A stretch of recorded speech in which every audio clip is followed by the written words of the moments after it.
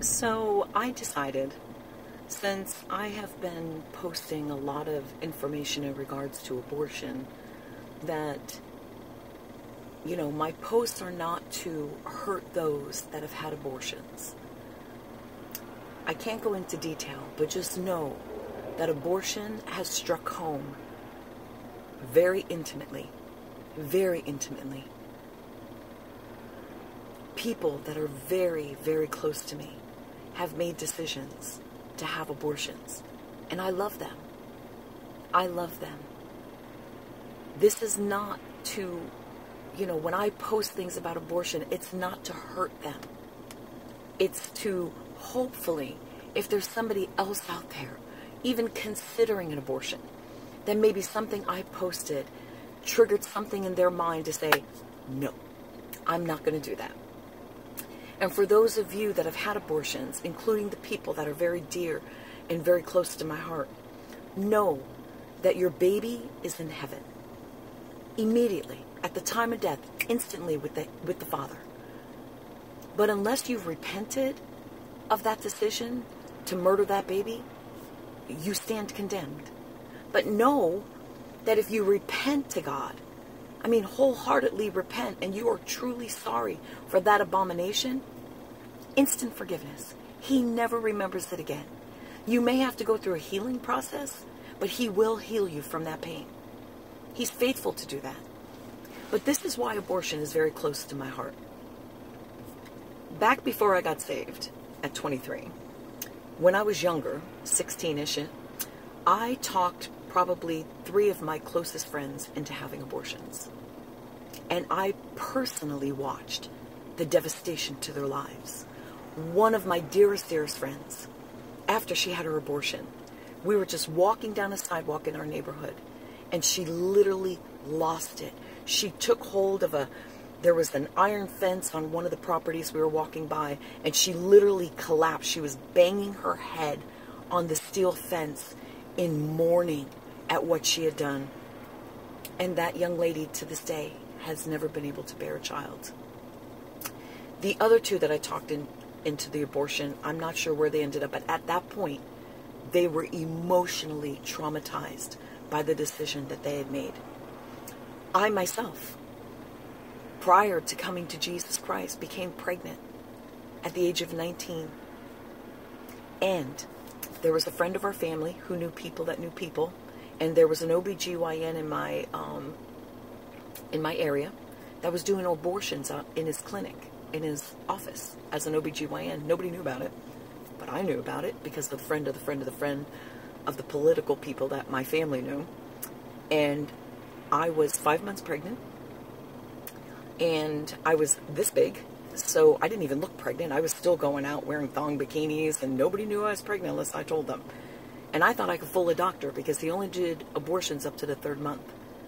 And I went in there thinking, I'm going to get myself an abortion, But by the grace of God, when he examined me, he said, Miss McCarthy, you're a little further along than you assumed. You're at least 5 months, you're not 3. I cannot perform that abortion here in this office because it requires anesthesia. And that would mean you would have to go to New Jersey. I lived in Pennsylvania at the time. And the abortion would cost like another $500, which I didn't have. And I remember screaming at him, if you don't take this baby out of me, I'm going to kill myself. His response? Handed me a little business card, 1-800-SUICIDE. If you're feeling suicidal, Miss McCarthy, you can call this number. And here's where God intervenes, even before I knew him. So I'm pregnant, I'm terrified. The guy walked out on me, literally disappeared, had no idea, found out he lied about his last name, lied about where he lived. It was evil. But I woke up this one morning, and at that point I was sleeping in and nauseous and, typical pregnancy stuff. But I happened to wake up that morning at 9 o'clock, and I put my TV on. And I can't remember if it was Donahue or Oprah was just starting out, but anyway, the theme of that show was open and closed adoptions.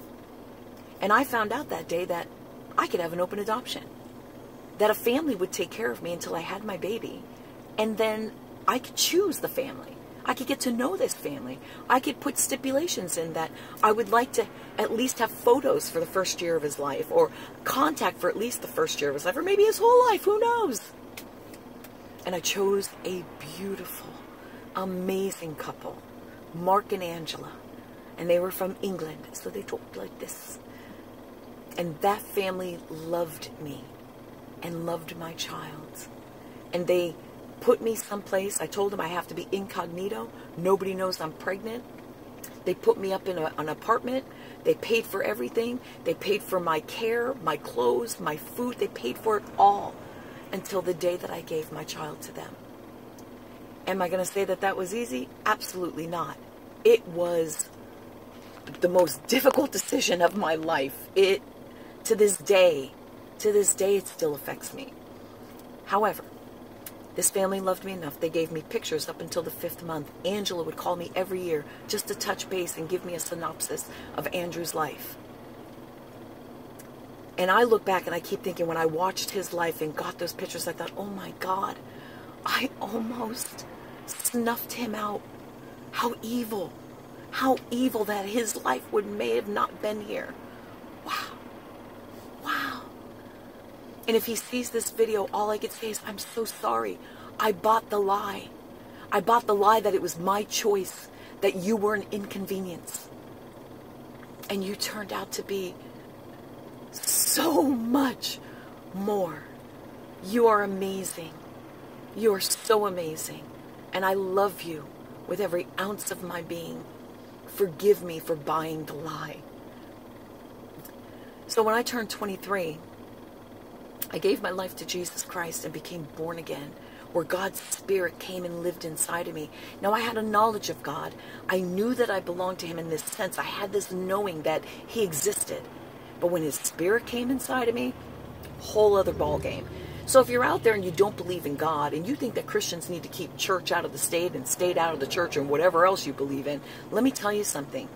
When you become born again, when His Spirit takes over your being, you will never think that way. You can't think that way, because the Spirit, the mind of Christ, is in your mind, and you no longer think like the world. You think like Him. So about a year into my salvation, I became a part of the pro-life movement, and that was where abortion hit home, because that's where the photos were. That's where the doctors were that were coming out and talking about how they did abortions. How they stick saline up inside of a woman's womb and literally burn the child and then suck the child out. Or they rip the child out piece by piece. And if you're further along, they stick these forceps up there, crush the skull, crush the spine, and then literally take these little other forceps and go in and rip the baby out piece by piece, limb by limb, stick it in a petri dish, count all the pieces to make sure all of the baby came out, and then threw it in a garbage can. That's why they say that one of the birth controls is called RU486. You know what 486 means? When I was in the restaurant business, 86ing something meant toss it in the garbage. So are you, F-O-R-E, 86ing unborn children that have been murdered? Yeah, that's where that came from. So when I was in that church that day and saw those photos of those babies and heard those testimonies of these doctors, I went home that night and I just bawled. I bawled for hours, and I went to sleep. And it was that night that